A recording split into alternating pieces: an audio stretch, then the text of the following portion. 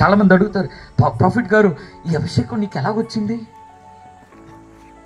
ఈ స్వస్థత వరం ఎలా వచ్చింది, బోధించే వరం ఎలా వచ్చింది, బోధించే అభిషేకం ఎలా వచ్చింది, రోగులను స్వస్థపరిచే అభిషేకం ఎలా వచ్చింది?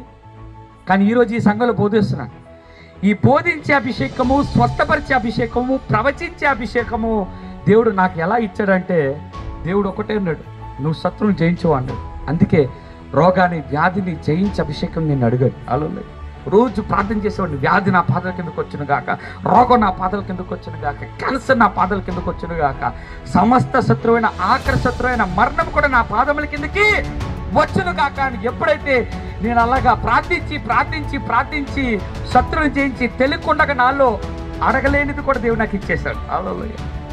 ఆవిడ దేవుడు నేను అడిగిన దానికంటే మించి దేవుడు నాకు ఇచ్చాడు. పడుకున్నప్పుడు కూడా కార్యాలు చేయగలను, నిద్రపోతున్నప్పుడు కూడా ఒకరిని స్వస్థపరిచే అభిషేకం కూడా దేవుడు నాకు ఇచ్చేసాడు. You can heal others by your sleep also.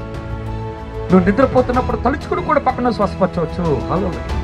నువ్వు నిద్రపోతున్నప్పుడు అవునా నీ పక్కవాడిని కూడా దేవుడు స్వస్థపరిచే అభిషేకం కూడా దేవునికి చేయొచ్చు. ఇన్నర్ స్పిరిట్లో కూడా దేవునికి స్వస్థత ఇస్తాడు.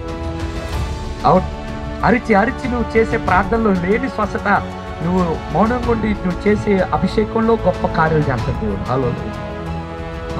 ఎంతమంది బ్లెస్ అవుతున్నాయి ఈరోజు? తెలియకుండా కార్యాలు నీలో జరుగుతుంది.